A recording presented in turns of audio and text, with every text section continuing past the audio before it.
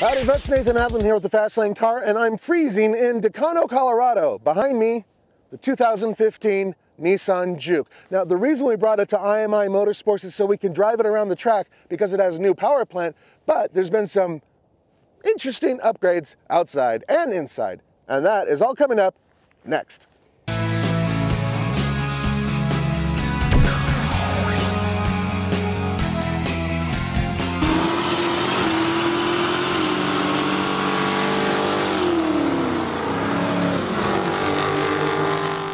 Nathan, we've got the best fans, viewers, and of course, Patreon donors in the entire world. That's right, we couldn't be here without you. And because of you guys, we have done so much more this year. We've got a brand new show that airs every Saturday called The Fast Lane Car, of course. Yep. And of course, now we have these cool hats and shirts. So if you want to help us grow and you want a hat and a shirt, all you have to do is click on the link below, check out our Patreon campaign. Our goal is $1,000 a month. That's right. We're at $750, and if you donate, if you pledge $5 a month, you get the TFL shirt. Yep. T-level is for wussies, of course. Yeah, that's right. And if you pledge $10 a month, you get the shirt and the hat. That's right. And I mean, this type of sportswear, it's beautiful on us. It's going to look even better on you. All right, it's beautiful on them and you, not me. I'm not a hat guy. Anyway, thank you guys for your pledge. And if you want this to grow, it's all about you. Please check out the Patreon campaign below. Thanks, guys.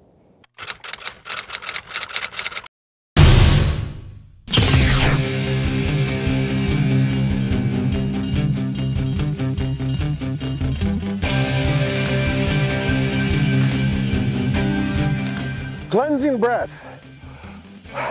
Why? Because I'm about to talk about style. But before we go there, let's talk about what's new. Now, it starts in the back with revised and actually half-decent looking taillights.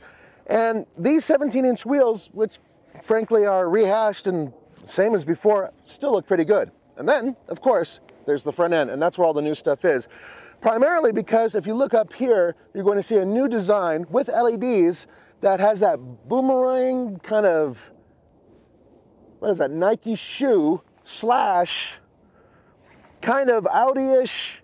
Yeah, okay, anyway, Nissan did this little boomerang thing on some of their other cars and they put it on here. And you also have a revised grille, which is a little bit more, as they say, aggressive. On top of that, this color, they call it cosmic blue. It looks purple to me. Yeah, but anyway, so there you have it. That's the Nissan Juke, and it's styled exactly the way that you're about to say it, because if I say it looks good, you're going to say it looks bad. If I say it looks bad, you're going to say it looks good. So let's put it to you this way. It's very unique.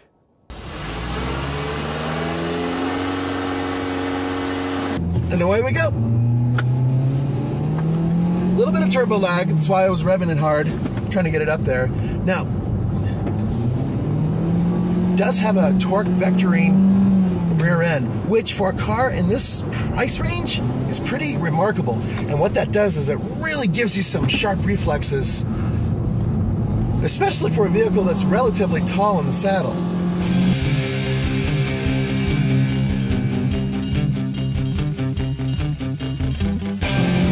So far though, this thing has been remarkably quick. But see, that was a spot right there where there was a problem. The problem is that the wheels were slipping, but what the car chose to do, just like it's doing now, is my foot's all the way down, and it delayed the amount of time I had before the acceleration kicked in.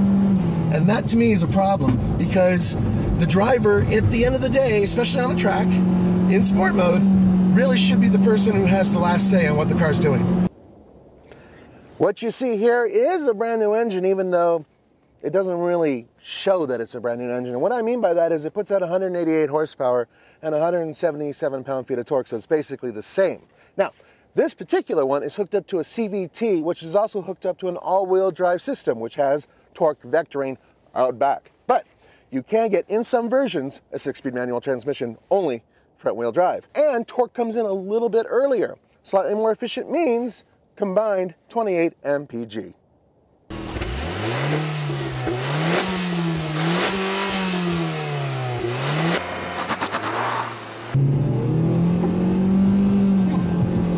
Moves pretty quick.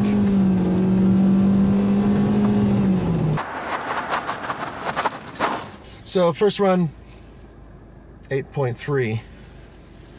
It's not bad. That's relatively quick.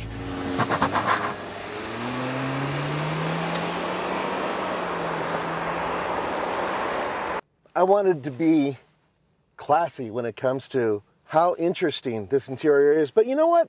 It really isn't. It's kind of difficult to live with for me, and that's because of this whole plastic thing here. And then they say it looks like a motorcycle gas tank, and it's supposed to look speedy, but to me, it just draws my eye in because it's the only thing in here that's really bright other than over here where the switchgear is. Now, okay, so that's not so bad, but it's just, I don't think it looks that great. Steering wheel, by the way, not a whole lot of it. Really would like more communication. I hear that around the track, the Nismo is much better with steering feel. The weight's pretty good, but I really don't have much communication with the front wheels. Anyway, here's a cool thing. If you want to heat the seats, which you can get, heated seats, it's not up here. It is down there. So, little thing for you guys if you want to actually stay warm. Now, here's the cool thing. Aside from the fact that the interior is very easy to use, and there are some hard plastics on the door and whatnot.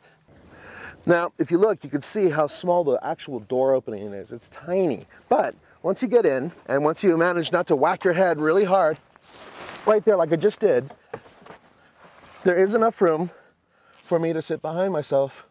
It is a little tight, and yeah, my knees are pressed up against it, but I can fit. Headroom, barely enough for me, and I slouch. This is one of the first of the baby crossovers, and so it's sort of a pioneer, and because of that, some things can be overlooked. And for instance, the amount of space behind the rear seats, 10.5 cubic feet, not a lot. And then if you put the seats down, your grand total does become almost respectable because it's just under 36 cubic feet. There is a little tiny bit of room, and you actually get a real spare tire right under here, which is great as well.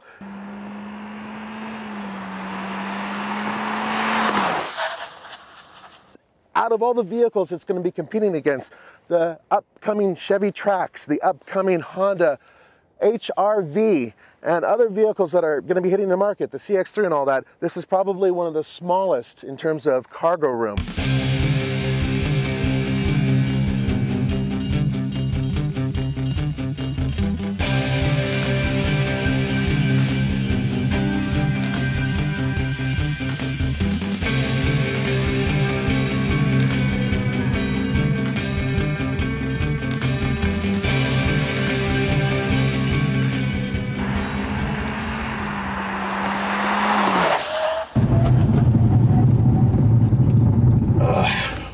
Good brakes.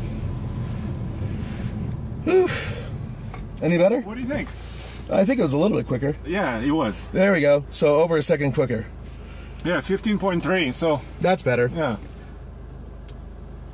Okay. Okay, awesome. You know what it is? It really is the traction control that defeats it around the corner. So it's still on, but it's definitely was letting me do a little bit more when I was going around a corner, so it didn't cut the power completely. It is a fun car. At the end of the day, a 0 to 60 time that's around 8 seconds is pretty good. It's quick. Around corners, it saves your butt with that torque vectoring rear end. It is a great little car to drive, even though it does have a CVT. Here's the one thing. Fully loaded, this one comes in at over $28,000. That's a lot of money for this car. Now, on the other hand, you can buy one of these base model for just over $20,000, and that's much more reasonable. For the TFL scale of buy it, lease it, rent it, or forget it, I'm going to give it a rent it, only because it's not quite enough car for that much money. For the Fast Lane Car, this is Nathan Adlin. Don't forget to go to tflcar.com for news, views, and real-world reviews. Hasta luego.